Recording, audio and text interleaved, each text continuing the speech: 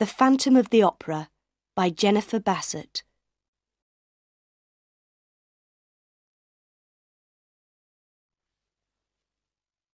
Chapter 1. The Dancers. Quick! Quick! Close the door! It's him! Annie Sorelli ran into the dressing room, her face white. One of the girls ran and closed the door, and then they all turned to Annie Sorelli. "Who? Where? What's the matter?" they cried. "It's the ghost," Annie said. "In the passage. I saw him. He came through the wall in front of me, and I saw his face." Most of the girls were afraid, but one of them, a tall girl with black hair, laughed. "Pooh," she said. "Everybody says they see the opera ghost, but there isn't really a ghost. You saw a shadow on the wall." But she did not open the door or look into the passage. "Lots of people see him," a second girl said. "Joseph Bouquet saw him 2 days ago. Don't you remember?" Then all the girls began to talk at once. "Joseph says the ghost is tall, and he wears a black evening coat. He has the head of a dead man with a yellow face and no nose, and no eyes, only black holes." Then little Meg Giry spoke for the first time. "Don't talk about him. He doesn't like it. My mother told me." "Your mother?" the girl with black hair said. "What does your mother know about the ghost?" "She says that Joseph Bouquet is a fool. The ghost doesn't like people talking about him, and one day Joseph Bouquet is going to be sorry, very sorry." "But what does your mother know? Tell us! Tell us!" all the girls cried. "Oh dear," said Meg. "But please don't say a word to anyone. You know my mother is the doorkeeper for some of the boxes in the opera house. Well, box 5 is the ghost's box. He watches the operas from that box, and sometimes he leaves flowers for my mother." "The ghost has a box and leaves flowers in it?" "Oh, Meg, your mother's telling you stories. How can the ghost have a box?" "It's true. It's true, I tell you," Meg said. "Nobody buys tickets for box 5, but the ghost always comes to it on opera nights." "So somebody does come there?" "Why, no. The ghost comes, but there is nobody there." The dancers looked at Meg. "But how does your mother know?" one of them asked. "There's no man in a black evening coat with a yellow face. That's all wrong. My mother never sees the ghost in box 5, but she hears him. He talks to her, but there is nobody there. And he doesn't like people talking about him." But that evening, the dancers could not stop talking about the opera ghost. They talked before the opera, all through the opera, and after the opera. But they talked very quietly, and they looked behind them before they spoke. When the opera finished, the girls went back to their dressing room. Suddenly, they heard somebody in the passage, and Madame Giry, Meg's mother, ran into the room. She was a fat, motherly woman with a red, happy face. But tonight, her face was white. "Oh, girls," she cried, Joseph Bouquet is dead. You know he works a long way down, on the 4th floor under the stage. The other stage workers found his dead body there an hour ago, with a rope around his neck. It's the ghost, cried Meg Giry. The ghost killed him.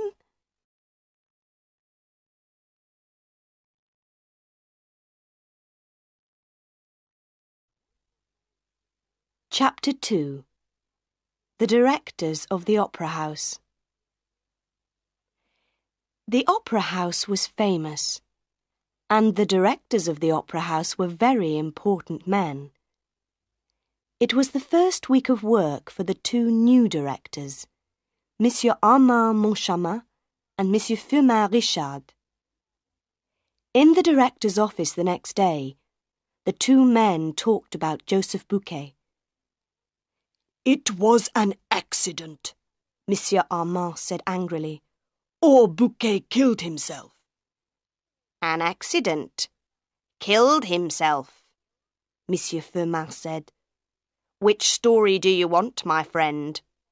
Or do you want the story of the ghost? Don't talk to me about ghosts, Monsieur Armand said. We have 1,500 people working for us in this opera house, and everybody is talking about the ghost. They are all mad. I don't want to hear about the ghost, okay? Monsieur Firmin looked at a letter on the table next to him. And what are we going to do about this letter, Armand? Do? Cried Monsieur Armand. Why, do nothing, of course. What can we do? The 2 men read the letter again. It wasn't very long. To the new directors. Because you are new in the opera house, I am writing to tell you some important things. Never sell tickets for box 5. That is my box for every opera night. Madame Giry, the doorkeeper, knows all about it. Also, I need money for my work in the opera house. I am not expensive, and I am happy to take only 20,000 francs a month. That is all. But please remember, I can be a good friend, but a bad enemy. O.G. Don't sell tickets for box 5. 20,000 francs a month. Monsieur Armand was very angry again. That's the best box in the opera house, and we need the money, Firmin. And who is this O.G., eh? Tell me that. Opera ghost, of course, Monsieur Firmin said.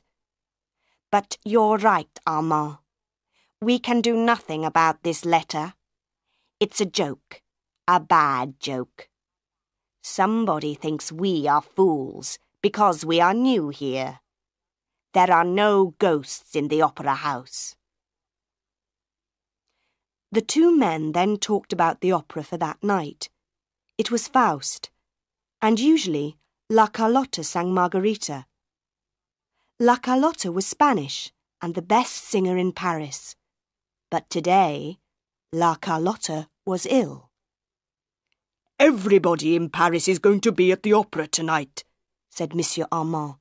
And our best singer is ill, suddenly. She writes a letter to us just this morning. She is ill. She cannot sing tonight. Don't get angry again, Armand, Monsieur Firmin said quickly. We have Christine Daae, that young singer from Norway. She can sing Margarita tonight. She has a good voice. But she's so young, and nobody knows her. Nobody wants to listen to a new singer. Wait and see. Perhaps Daae can sing better than La Carlotta. Who knows?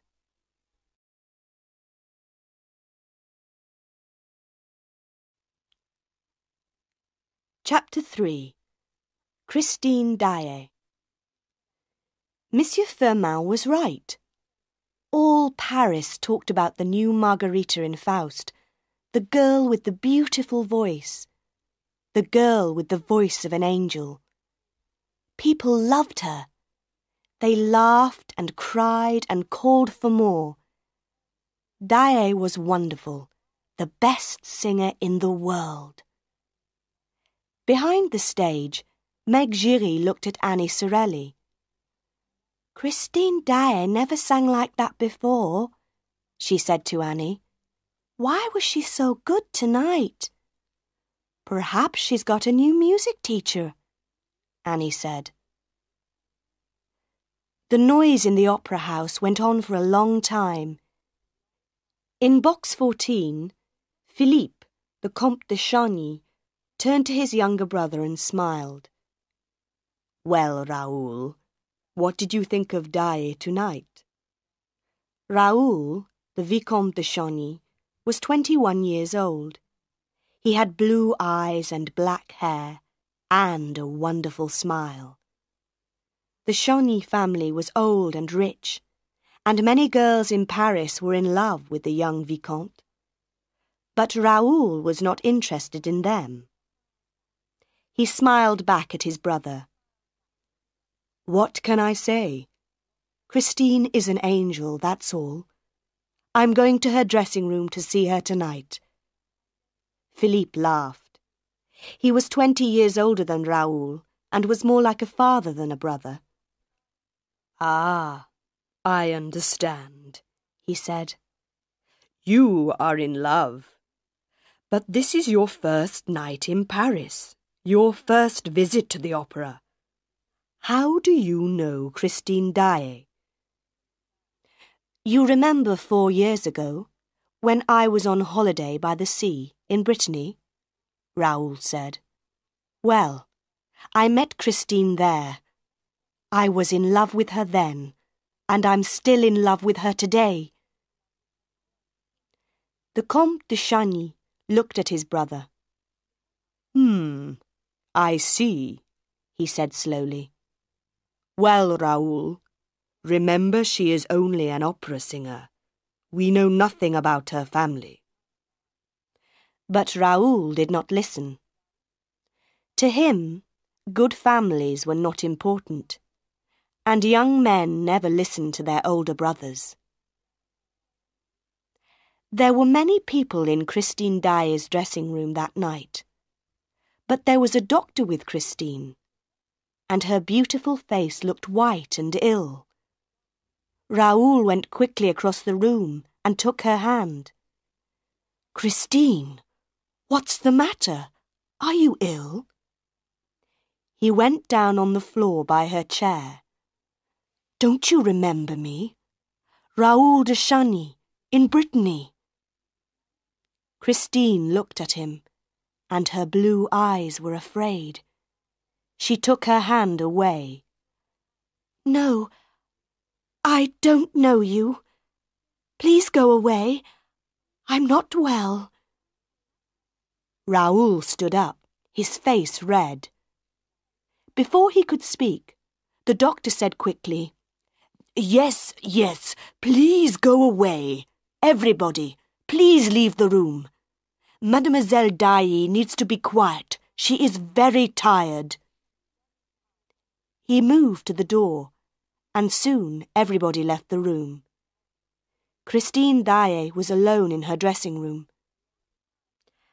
Outside in the passage, the young Vicomte was angry and unhappy. How could Christine forget him? How could she say that to him? He waited for some minutes, then, very quietly and carefully, he went back to the door of her dressing room. But he did not open the door, because just then he heard a man's voice in the room. "Christine, you must love me," the voice said. Then Raoul heard Christine's voice. "How can you talk like that, when I sing only for you? Tonight I gave everything to you, everything.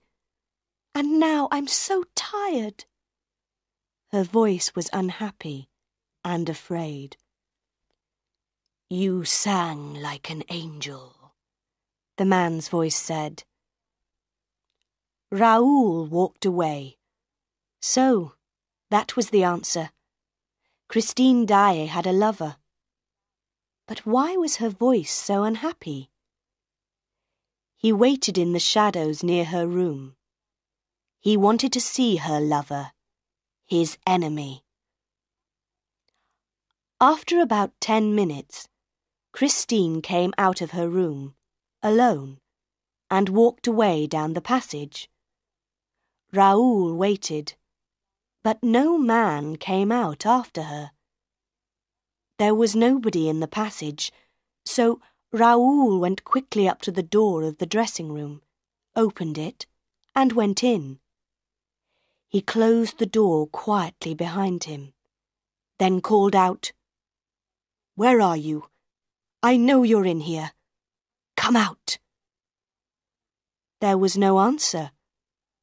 Raoul looked everywhere, under the chairs, behind all the clothes, in all the dark corners of the room. There was nobody there.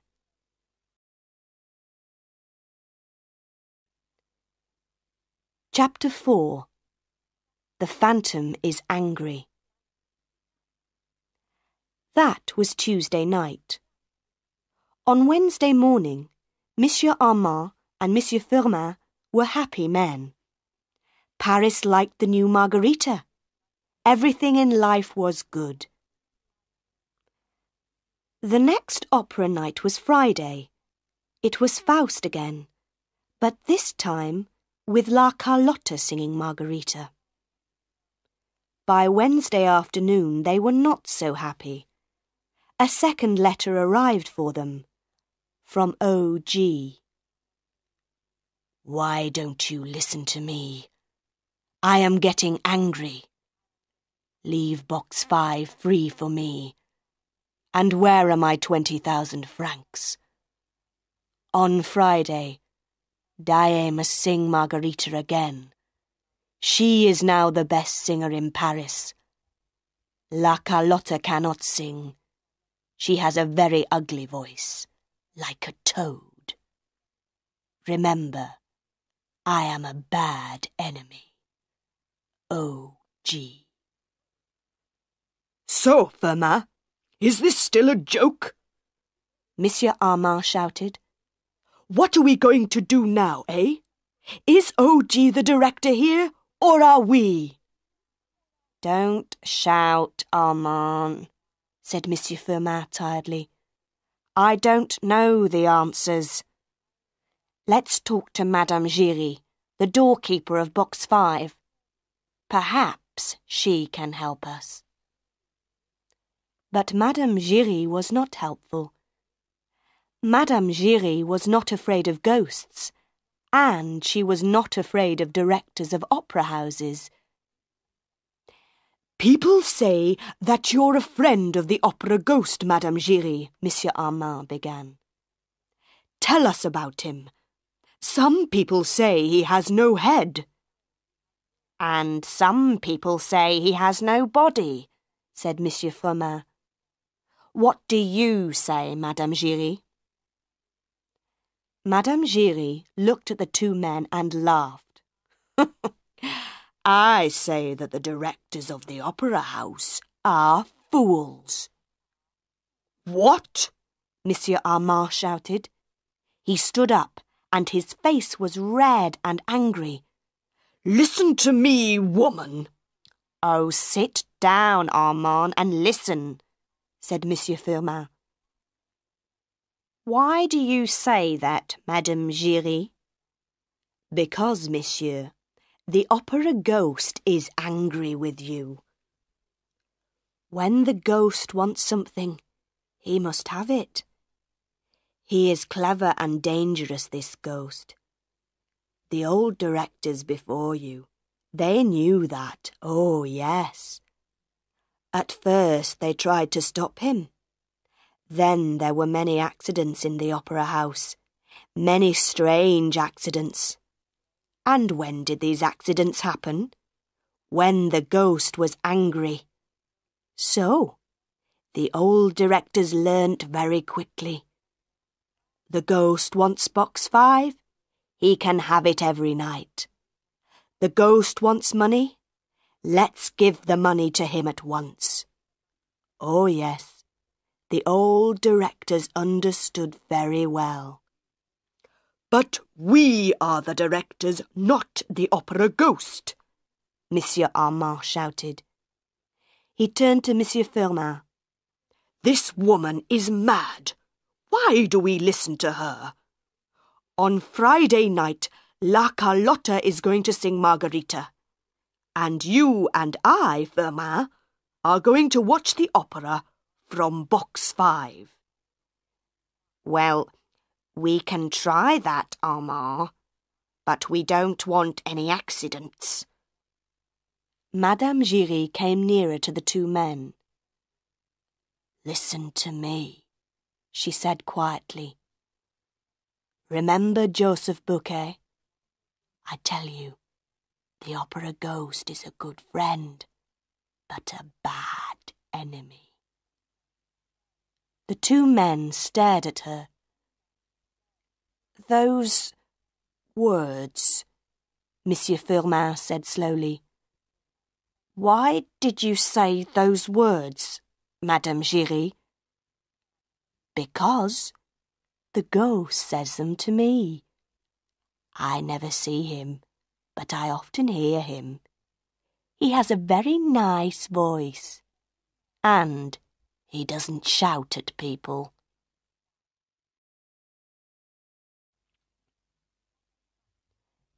Chapter 5. A Letter for Raoul. That Wednesday, a letter also arrived for the young Vicomte de Chagny.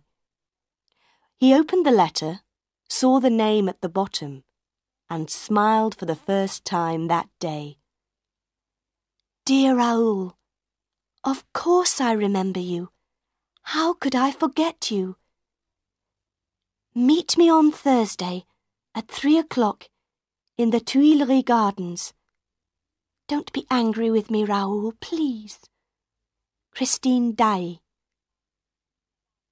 Raoul put the letter carefully into his pocket. Angry? How could he be angry with an angel? On Thursday, he was in the Tuileries Gardens by 2 o'clock. At 3:10, he began to feel unhappy. At 3:30, he wanted to die, or to kill somebody. And then she came. She ran through the gardens to him, and in a second she was in his arms. "Oh, Christine," he said again and again. "Oh, Christine." They walked through the gardens together and talked for a long time. They remembered their happy weeks in Brittany 4 years ago. "But why did you go away, Christine?" Raoul asked. "Why didn't you write to me?" For a minute or two, Christine said nothing. Then she said slowly, "We were so young, you and I. I was just a poor singer from Norway, and you were the Vicomte de Chagny. I knew I could never be your wife. But I love you, Christine. No, shh. Listen to me, Raoul, please. I went home to Norway, and a year later my father died. I was very unhappy. But I came back to France, to Paris. I worked and worked at my singing, because I wanted to be an opera singer. Not just a good singer, but the best opera singer in Paris. And now you are, Raoul said. He smiled. All Paris is at your feet. Christine turned her face away and said nothing. Christine, Raoul said quietly, I want to ask you a question. Who was the man in your dressing room on Tuesday night? Tell me, please. Christine stopped and stared at him. Her face went white. What man? She whispered. There was no man in my dressing room on Tuesday night. Raoul put his hand on her arm. I heard him, he said. I listened outside the door and heard a man's voice. Who was he? Don't ask me, Raoul. There was a man's voice, yes, but there was no man in my room. It's true. Oh, Raoul, I'm so afraid. Sometimes I want to die. Who is he? Tell me, Christine, please. I'm your friend. I can help you. Tell me his name. I cannot tell you his name. It's a secret, whispered Christine. I never see him. I only hear his voice. But he is everywhere. He sees everything, hears everything. That's why I didn't speak to you on Tuesday night. He is my music teacher, Raoul. He's a wonderful singer. I sang so well on Tuesday night because of him. I am famous because of him. He is my angel of music. And he says he loves me. How can I leave him?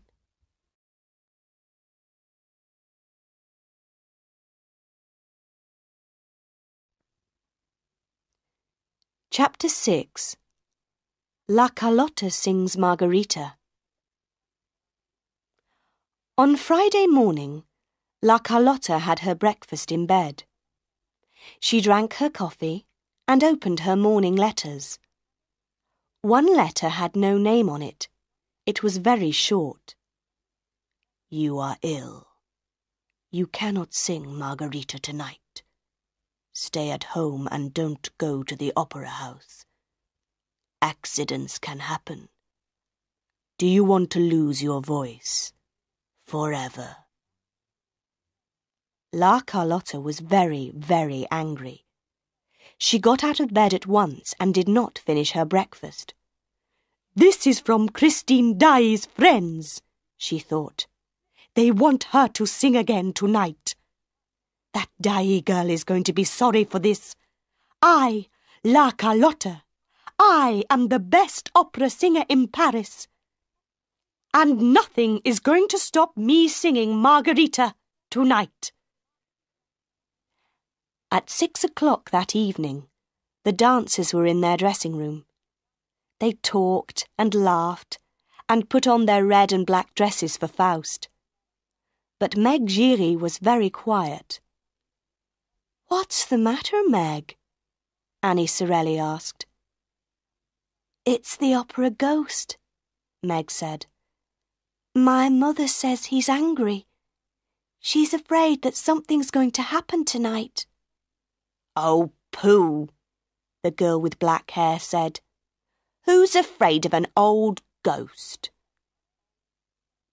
An hour later, Monsieur Armand and Monsieur Firmin went into box 5 and sat down. They were not afraid of ghosts. Of course not. There were no ghosts in the opera house. Then Monsieur Armand saw some flowers on the floor by the door of the box. Firmin, he whispered. Did you put those flowers there? Monsieur Firmin looked. No, I didn't, he whispered back. Did you? Of course not, you fool. Shh, the music's beginning. La Carlotta did not sing for the first hour. There were no strange voices in box 5, and the two directors began to feel happier. Then La Carlotta came out onto the stage, and Monsieur Firmin looked at Monsieur Armand. Did you hear a voice just then? He asked quietly. No, Monsieur Armand said, but he looked behind him twice, then 3 times, and suddenly felt cold. La Carlotta sang and sang, and nothing happened. Then she began a beautiful love song. My love begins to quack. Everybody stared. What was the matter with Carlotta's voice? What was that strange noise? Quack! Carlotta stopped and began the song again. My love begins to quack. I cannot forget my quack. It was the noise of a toad. People began to talk and laugh. Monsieur Firmin put his head in his hands. Then he felt Monsieur Armand's hand on his arm. There was a voice in the box with them. A man's voice, laughing. Poor Carlotta tried again and again. I cannot forget my quack. Then the 2 directors heard the voice again. Behind them, in front of them, everywhere.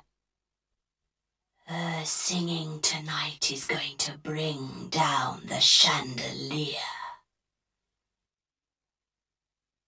The 2 directors looked up at the top of the opera house. Their faces were white. The famous chandelier, with its 1,000 lights, broke away from its ropes and crashed down onto the people below. That was a terrible night for the Paris Opera House. 1 woman was killed by the chandelier, and many people were hurt. The opera house closed for 2 weeks, and La Carlotta never sang again.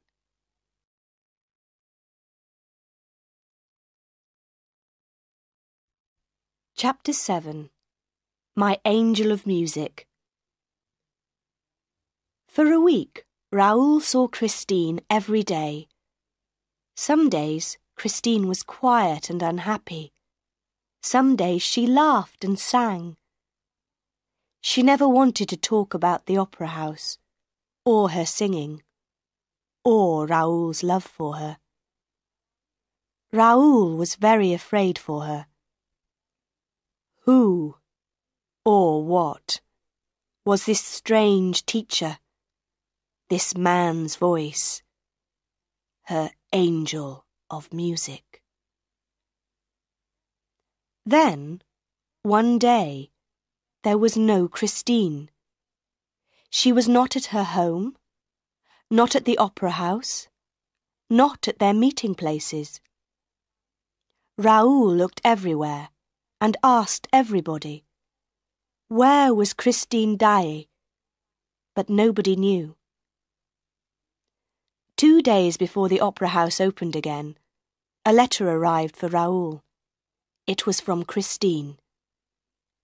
Meet me in an hour at the top of the opera house, on the 10th floor. The 10th floor of the opera house was a dangerous place.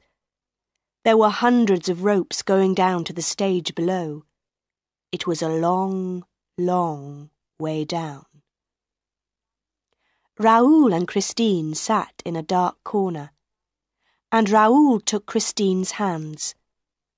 Her face was white and tired.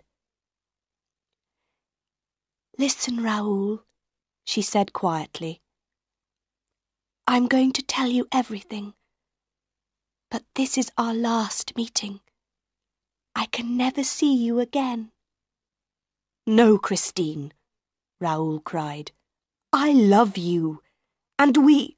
Shh! Quietly. Perhaps he can hear us. He's everywhere in the opera house, Raoul. Who? What are you talking about, Christine? My angel of music.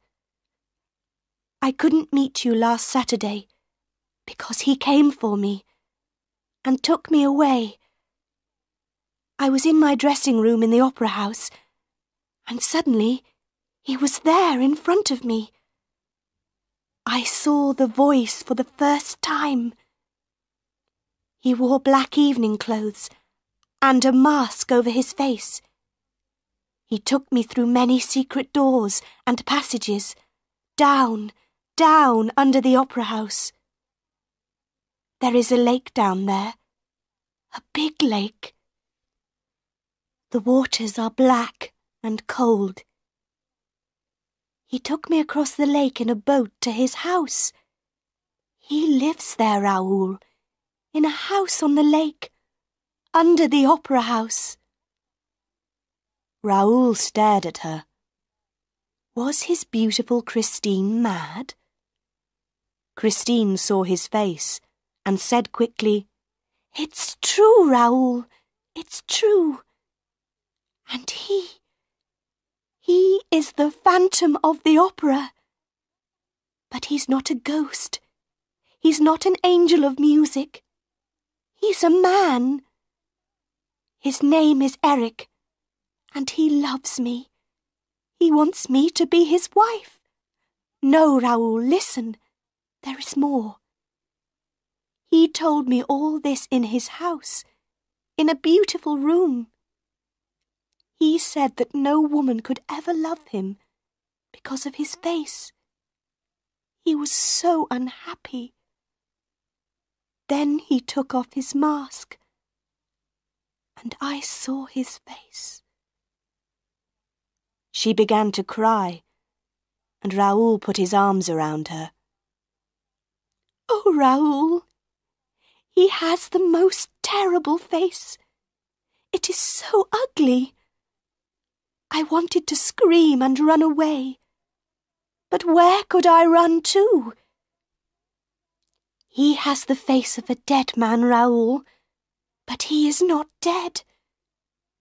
He has no nose, just 2 black holes in his yellow face. And his eyes. Sometimes they are black holes. Sometimes they have a terrible red light." She put her face in her hands for a second. Then she said, "I stayed in his house for 5 days. He was very good to me, and I felt sorry for him, Raoul. He wants me to love him, and I told him. No, Christine, no. You're going to be my wife. Come away with me at once, today. You can't go back to him." "But I must," Christine said quietly. "He knows about you, Raoul. He knows about us. He says he's going to kill you. I must go back to him." "Never," said Raoul. "I love you, Christine, and I'm going to kill this Eric." Eric, Eric, Eric, Eric. The word whispered round the opera house. Raoul and Christine stared. "What was that?" Raoul said, afraid. "Was that his voice? Where did it come from?" "I'm afraid, Raoul," Christine whispered. "I'm singing Margarita again on Saturday. What's going to happen?" "This," Raoul said. "After the opera on Saturday night, you and I are going away together. Come on, let's go down now. I don't like it up here." They went carefully along a dark passage to some stairs, then suddenly stopped. There was a man in front of them, a tall man in a long dark coat and a black hat. He turned and looked at them. "No," "Not these stairs," he said. "Go to the stairs at the front, and go quickly." Christine turned and ran. Raoul ran after her. "Who was that man?" he asked. "It's the Persian," Christine answered. "But who is he? What's his name? Why did he tell us to go to the front stairs?" "Nobody knows his name. He's just the Persian. He's always in the opera house. I think he knows about Eric, but he never talks about him. Perhaps he saw Eric on those stairs and wanted to help us." Hand in hand, they ran quickly down the stairs, through passages, then more stairs and more passages. At one of the little back doors to the opera house, they stopped. "On Saturday night, then, after the opera," Raoul said, "I'm going to take you away and marry you." Christine looked up into his face. "Yes, Raoul." Then they kissed, there by the door of the opera house. Their first kiss.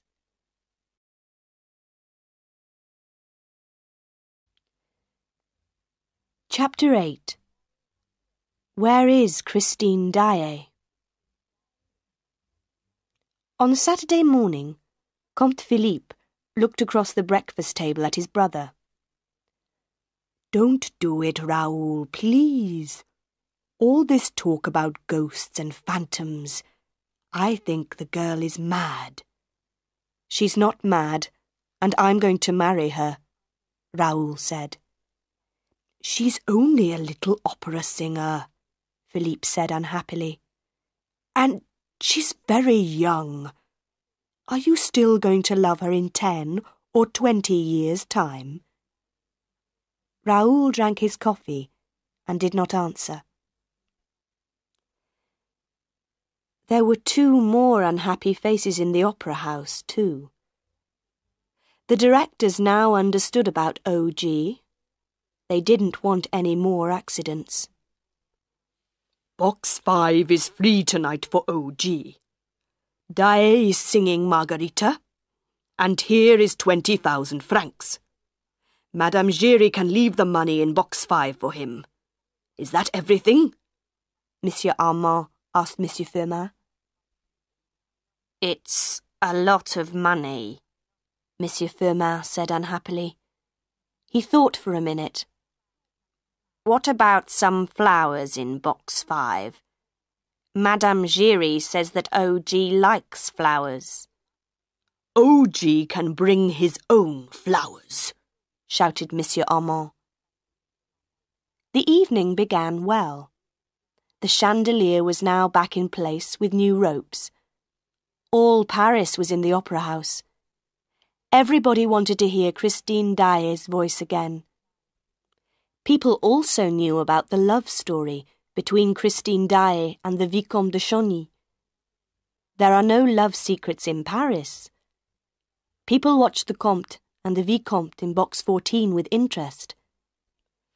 Young men from families like de Chauny do not marry opera singers.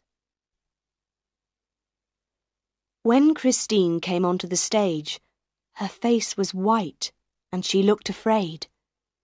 But she sang like an angel. Ah, what a voice! All Paris was in love with Christine Daae. She began to sing the famous love song. Suddenly, every light in the opera house went out. For a second, nobody moved or spoke. Then a woman screamed, and all the lights came on again. But Christine Daae was no longer on the stage. She was not behind the stage. She was not under the stage.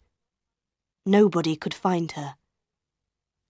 The opera house went mad. Everybody ran here and there, shouted and called. In the director's office, people ran in and out. The police came and asked questions. but nobody could answer the questions. Monsieur Armand got angry and shouted, and Monsieur Firmin told him to be quiet. Then, Madame Giry arrived in the office with her daughter Meg. "Go away, woman," Monsieur Armand shouted. "Monsieur, there are 3 people missing now," Madame Giry said. "Meg, tell the directors your story." This was Meg's story. When the lights went out, we were just behind the stage. We heard a scream. I think it was Christine Dyer's voice. Then the lights came back on, but Christine wasn't there. We were very afraid, and we began to run back to our dressing room. There were people running everywhere. Then we saw the Vicomte de Chagny. His face was red, and he was very angry. "Where's Christine? Where's Christine?" he shouted. Suddenly, the Persian came up behind him and took his arm. He said something to the Vicomte, and they went into Christine Dyer's dressing room. "Yes, and then?" Monsieur Firmin said quickly. "What happened next?" "Nobody knows." Meg's face was white. "We looked into Christine Dyer's dressing room, but there was nobody there."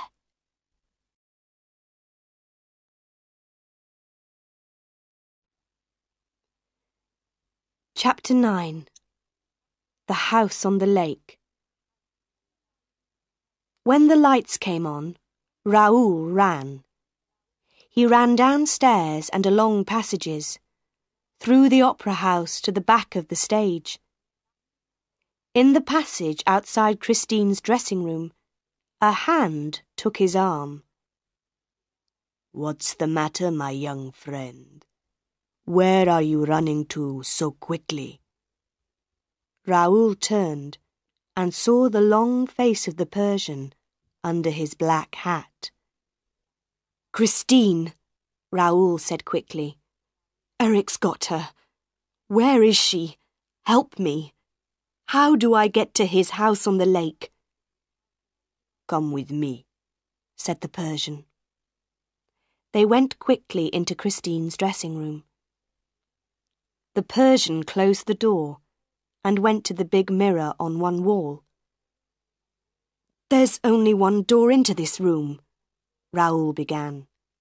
"Wait," the Persian said.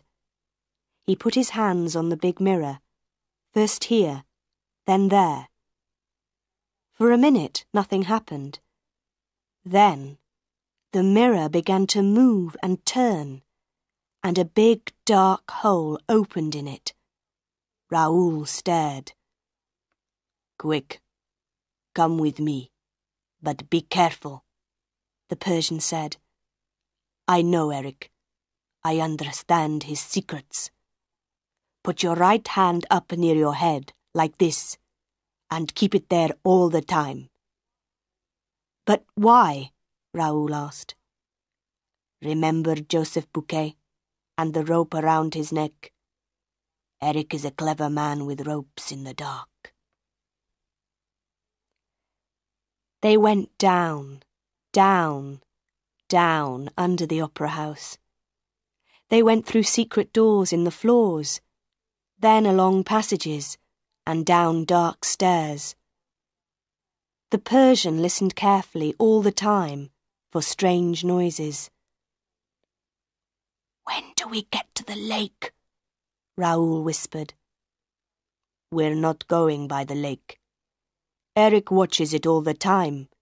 No, we go round the lake and get into Eric's house from the back. I know some secret doors." Soon they were there. In the dark, the Persian felt the wall carefully with his hands. "Ah, here it is," he whispered. The wall moved under his hands, and a small door opened. Very quietly, they went through. And then the door closed behind them. They could not get out. Inside the room it was very dark. They waited and listened. The Persian put his hands on the wall. "Oh no," he whispered. "it was the wrong door. This is Eric's torture room, the room of mirrors. We are dead men, Vicomte de Chagny. Dead men." At first Raoul did not understand, but he soon learnt. The lights came on, and they heard a man's laugh. Eric knew they were there. The room was all mirrors, walls, floor, ceiling. There were pictures in the mirrors of trees and flowers and rivers. The pictures moved and danced in front of their eyes, and the room was hot. It got hotter and hotter and hotter. Raoul was thirsty, hot and thirsty, and the rivers in the pictures danced and laughed at him. He closed his eyes, but the rivers still danced. Water. He needed water. But the mirrors laughed at him. Soon, he could not move or speak, or open his eyes. He was not thirsty now, just tired, so tired. "Oh, Christine, I'm sorry," he thought.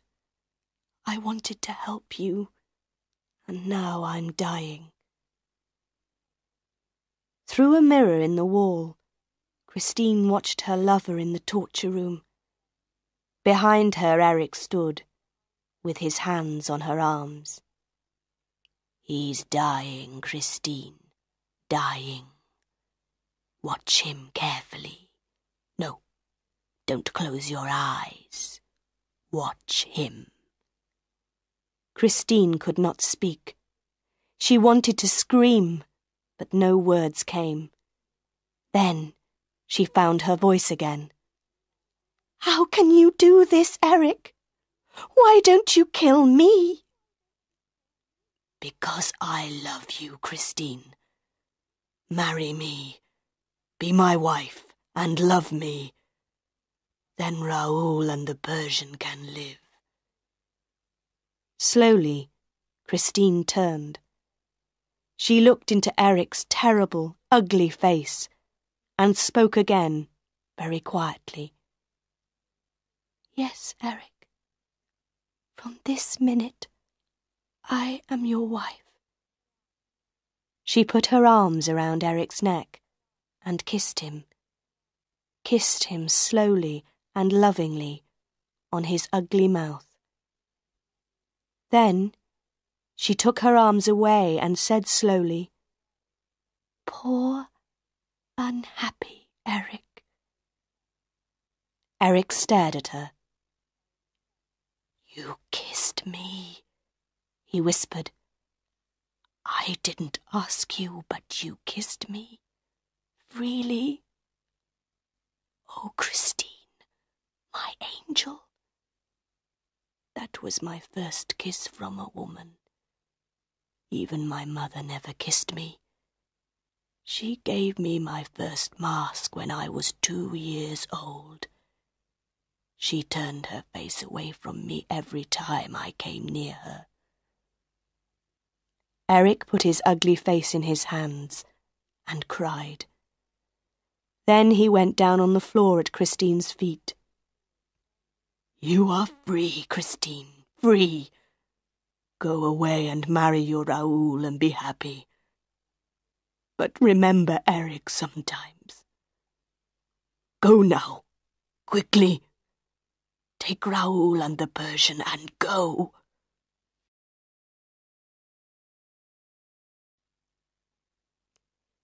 Chapter 10. Madame Giry visits the Persian. For weeks, all Paris talked about that night at the opera. Everybody asked questions, but nobody knew the answers. Where was Christine Daae? Where was the Vicomte de Chagny? Were they alive or dead? And the Phantom of the Opera? Some weeks after that famous night, Madame Giry went out one afternoon to a small house near the Rivoli Gardens. She went in and up the stairs to some rooms at the top of the house. The Persian opened the door. Madame Giry looked at him. "My friend, you know the answers. Please tell me, are they alive or dead?" "Come in," the Persian said quietly. They sat down on some chairs by the window and looked out across the Rivoli Gardens. "Yes," the Persian said slowly. "The Phantom is dead now. He did not want to live any longer. I saw his body 3 days ago, and because of that, I can talk to you about him. He cannot kill me now." "So, the Phantom was really a man?" Madame Giry asked. "Yes, his name was Eric. That was not his real name, of course. He was born in France, but I knew him in Persia. He was a famous builder, and I worked with him there. For a time, I was his friend, but not for long. When he came to Paris, I came after him. I wanted to watch him. He was a very clever, very dangerous man. He could be in 2 or 3 places at the same time. He could be in one place, and his voice could come from another place. He could do many clever things with ropes, and mirrors, and secret doors. You see, he helped to build the opera house. He built secret passages underground, and his secret house on the lake. He could not live in the outside world because of his terrible, ugly face. Unhappy Eric. We can feel sorry for him, Madame Giry. He was so clever, and so ugly.